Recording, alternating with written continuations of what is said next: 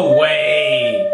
No way. That ain't Pearl's mom. He would. No way. Come on, man.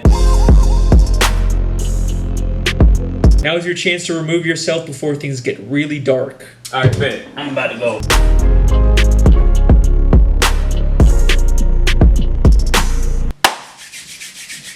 What's going on, YouTube? This is your boy Broadband, and I'm back again with another banger, man. Check this out, guys. Today we got SpongeBob conspiracy number 4. Alright? Now, I know I've only done the first one, and I got second and the third one coming on the way. But today, he just dropped 4. And I was like, you know what? I like his series, so I'm gonna go ahead and support him right here, right now, alright? But in order to support me, make sure you like the video, subscribe to the channel, and turn on notifications, alright? So I'm excited to get into the video. I know you guys are too, so without further ado, let's get into the video, friend. Let's go. Are the Bikini Bottom citizens the result of nuclear radiation? Ooh, are they? Who is Pearl's mother? Ooh. What is the Krabby Patty's secret formula? These are by far the 3 biggest questions. Hey, the Krabby Patty secret formula. I remember one episode where Plankton, he finally got the formula and he opened it up and he was like, Plankton? That might be a troll, but it might be real. Who knows? In the show SpongeBob SquarePants. And today I'm going to be answering all 3 of them and more with just one theory. Get ready for the darkest SpongeBob conspiracy you'll ever see. This is the evolution theory.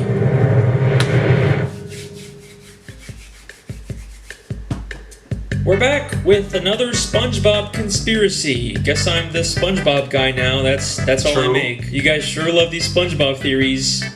Bale out with another video. The makers of SpongeBob, eat your fear. Man, whose granddad is this with the tinfoil hat on, man? He's a conspiracy theorist for real. Tinfoil man. Here, put in their own message to brainwash you people. Squilliam sends the doctor in. He's not really a doctor. He's just trying to infiltrate that little round thing on his head there. Oh my God! Thank God for Alex Bale. Look at that. He's helping me prove my point. You know what? That is awesome. Maybe some of you love them a little too much. You know, I got Facts. other videos, right?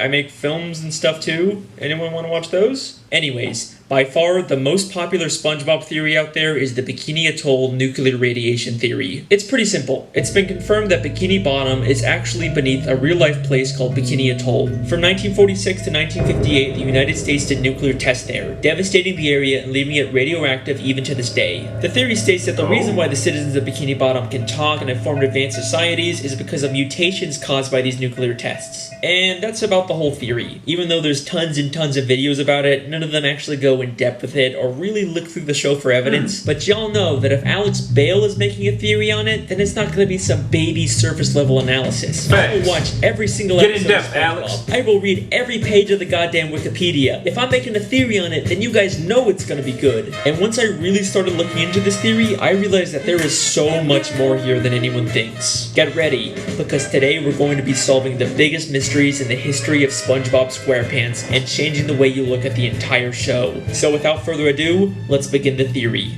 Without further ado, Bikini Atoll.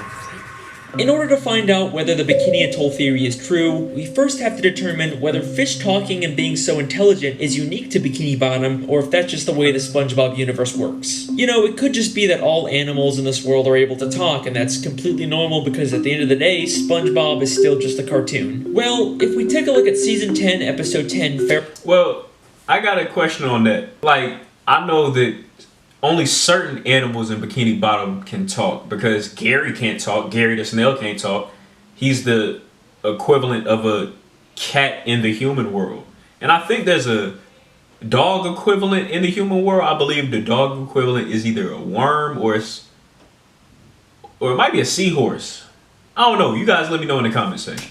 Feral friends, we get a bit of a hint about how the SpongeBob world works. In this episode, a green moon appears and transforms all the characters into less cartoony, real-life versions of themselves. Oh, wow. SpongeBob? I don't think I've seen this episode.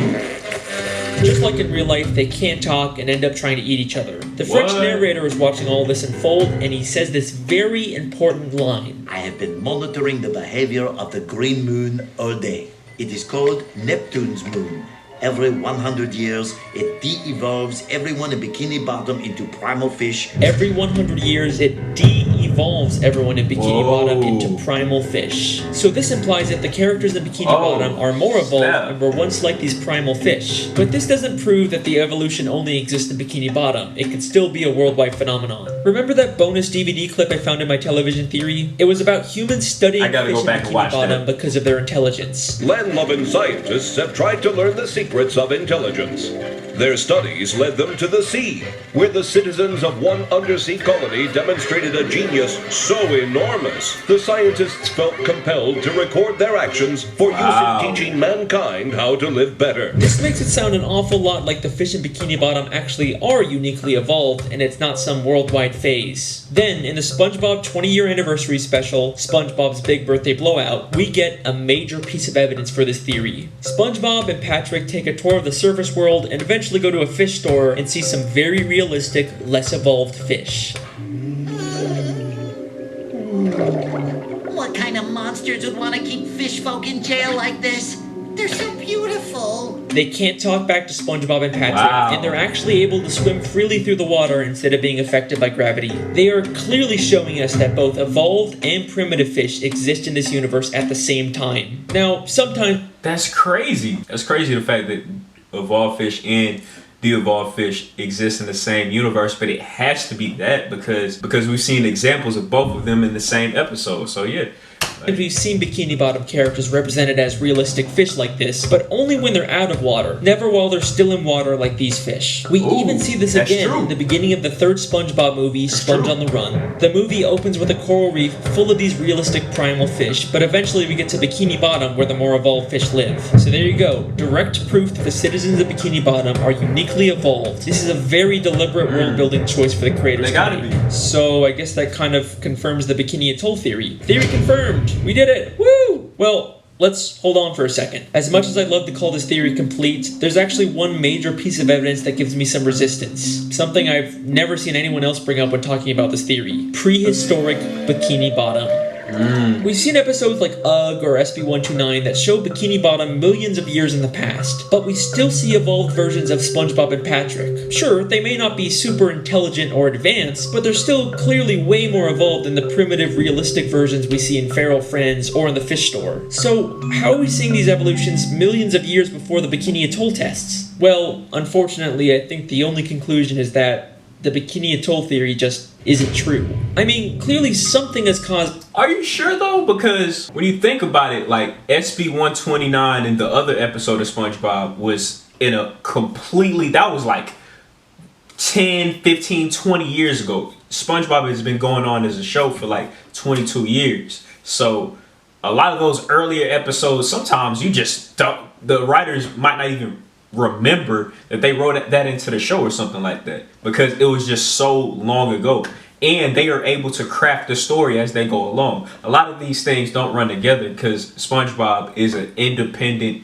like they have each independent episode. I don't know, I don't think it ties in together like that, but it's an interesting theory.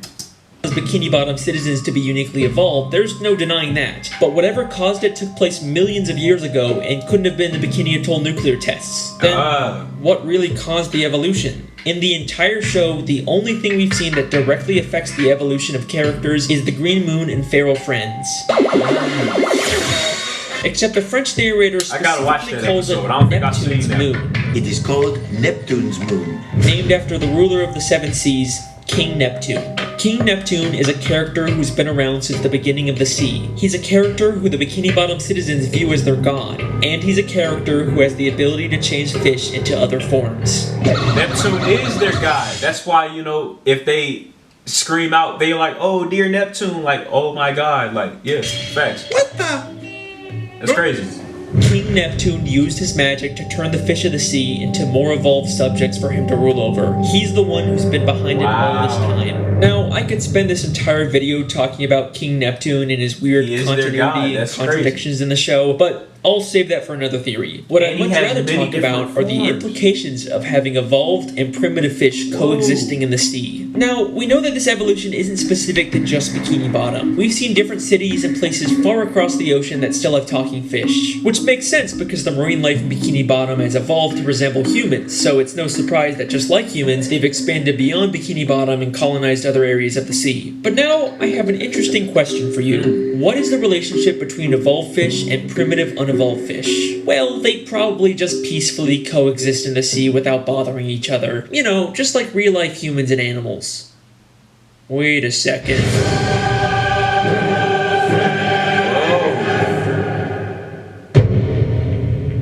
The war. Ooh.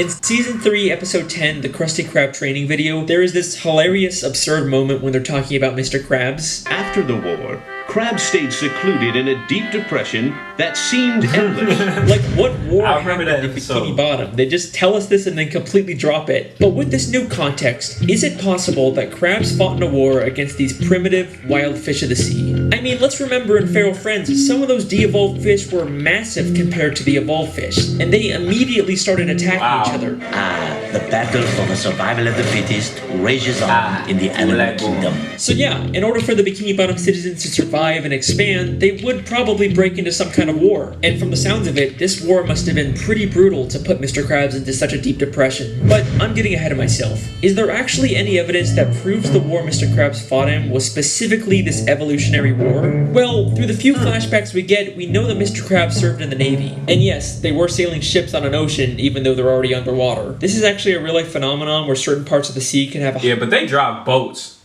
underwater, so, you know, SpongeBob is at boating school underwater. You know what I'm saying? Like, nothing makes sense. in higher level of Bikini Bottom. salinity, and it looks like an underwater ocean. Shout out Miss Parks, my high school marine biology teacher. We also know from maps of Bikini Bottom that the town is surrounded by this underwater ocean. So that places Mr. Krabs' war outside of Bikini Bottom where this evolutionary war would have to take place. Then if we took a look at Mr. Krabs' home, we see it is full of memorabilia from his past days in the Navy. But hidden within here is something that will absolutely blow your mind and answer one of the biggest questions in the show. Hanging there on his wall is a picture of a massive whale next to a ship. You don't think that could be... No, it can't be. Pearl's mother? No way. No way. That ain't Pearl's mom. He would... No way. Come on, man.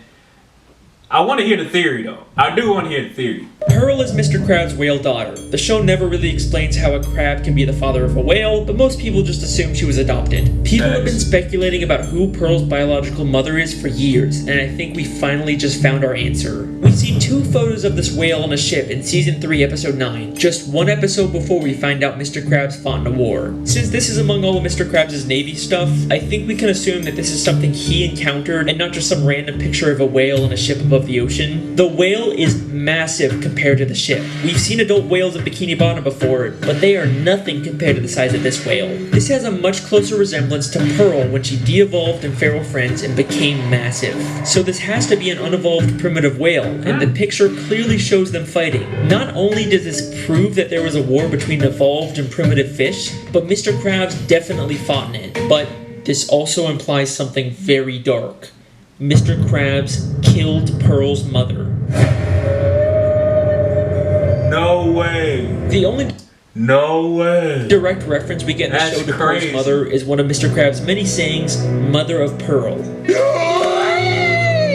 of Pearl! Mother of Pearl! Holy Mother of Pearl! He uses it in places something like Holy Crap or Dear God, only saying it when something truly shocking or terrible happens, because he knows the terrible thing that happened to Pearl's mother. Why did Mr. Krabs go into such a deep depression after the war? Because he's haunted by what he's done, and the smoking harpoon to prove it is right there on his wall. So, that leaves us with an important question. Why did he adopt Pearl? After he killed her mother, he probably realized she had an infant daughter who had the evolutionary genes. Instead of leaving her to die, he adopted her as his own. All while keeping the dark secret that he was responsible for her mother's death. Woo! Childhood ruined yet? Well, don't worry. There's still time for this theory to get even worse. Now's your chance to remove yourself before things get really dark. Alright, bet. I'm about to go.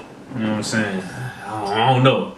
things getting really dark, I might have to go ahead and get up, you know what I'm saying? But I'm gonna stick around for part 3, alright? But I don't know if I fully believe the theory that he killed Pearl's mom, or that Pearl's mom was a part of the Great War. I don't know about that, man. Pearl definitely is adopted, because I mean, come on, he is a crab, so yeah. Alright. Still here? Okay, so here's a fun question.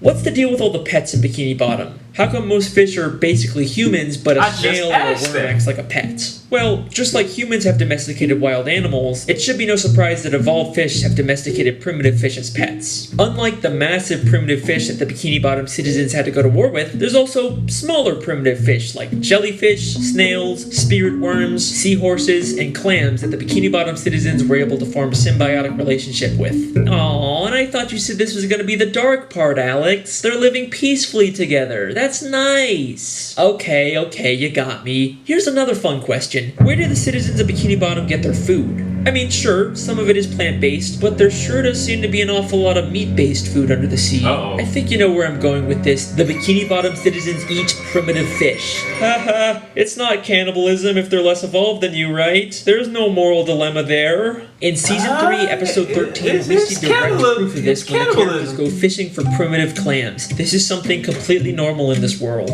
And then there's the Chum Bucket, which sells chum. Chum.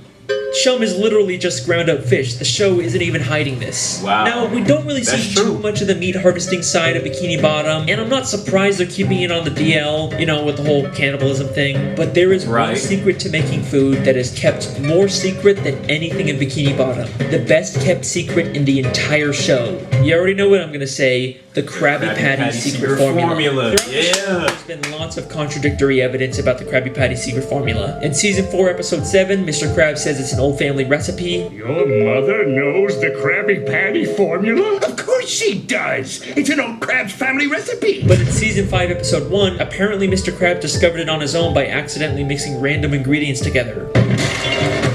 See? Told you.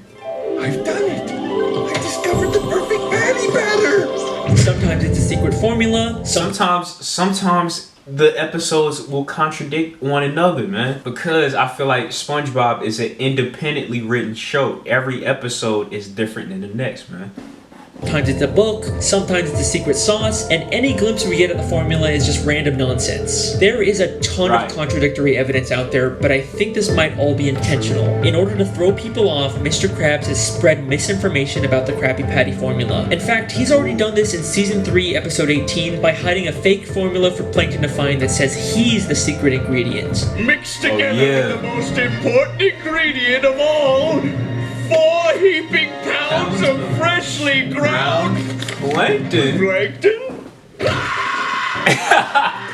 And the contradictions aren't just inside the show. Even one of the SpongeBob crew members once said that Krabby Patties are vegetarian and contain no meat. But I've always been a little suspicious about what the creators say. They've also said that they're not allowed to show fish as food, except they clearly do with chum, clam fishing, and all the many, many gags where fish turn into food. It's almost like they're not allowed by Nickelodeon to publicly acknowledge this because that could create a controversy, but they could still sneak this dark secret into the show. So, what is the true secret ingredient? Where does the meat really come from? It's strange, we never really see Mr. Krabs get the meat delivered, or at least go out himself to get it. It's almost like he has all the meat he needs stockpiled somewhere.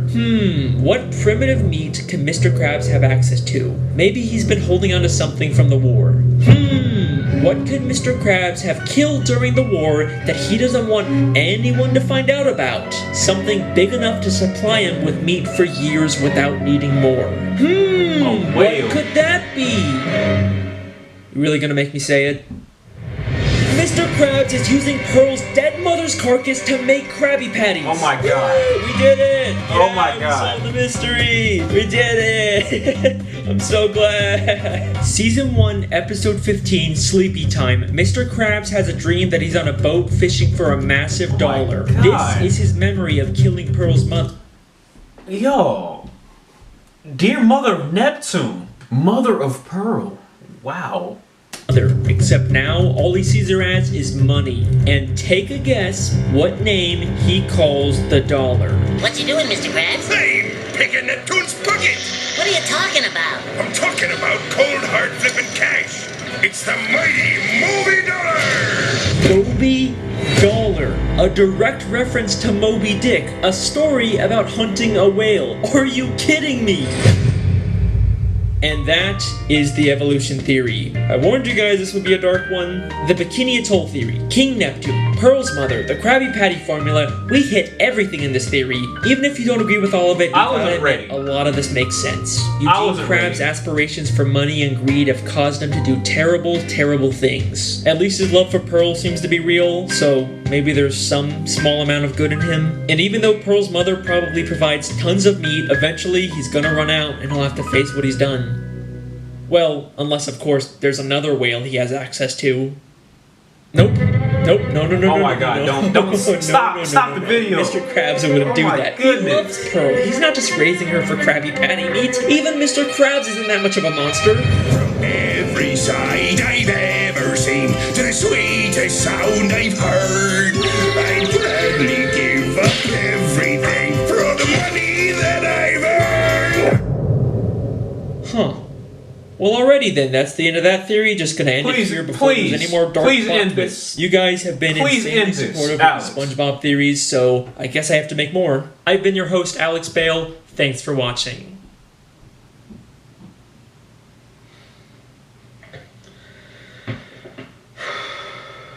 That's it? You're just gonna ruin my childhood? You're just gonna get up and ruin my childhood, bro.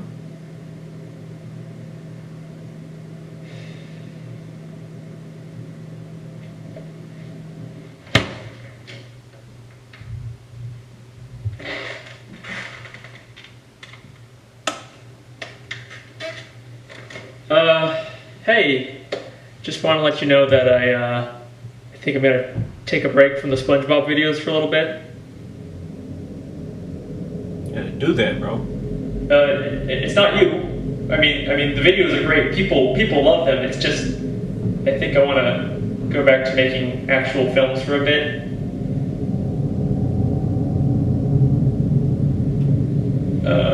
Okay then. Thanks for everything. I guess I'll just see you around.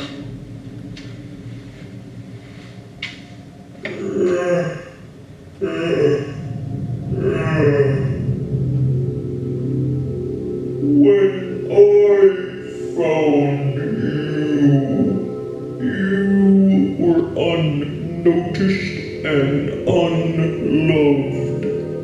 But now you have millions of views. You have sponsors. Why would you forsake them? I just, I don't want to really make these videos forever. I don't want to be known as the SpongeBob guy.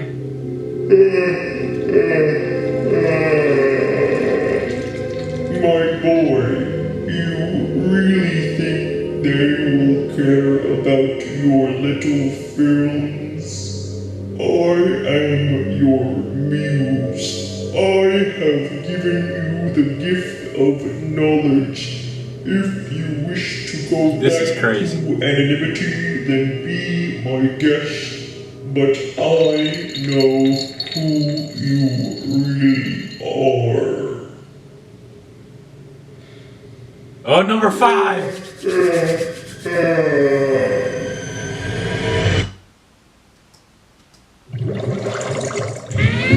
Alex, man, your videos are incredible. Yet another great SpongeBob conspiracy theory, man. I gotta go back and watch 2 and 3. So you guys keep tight, alright? You guys make sure you subscribe to the channel and turn on notifications, alright? But ladies and gentlemen, that has been the video. If you like the video, please do not hesitate to like, comment, share, and subscribe, alright? And until next time, man, we out of here. Feel me?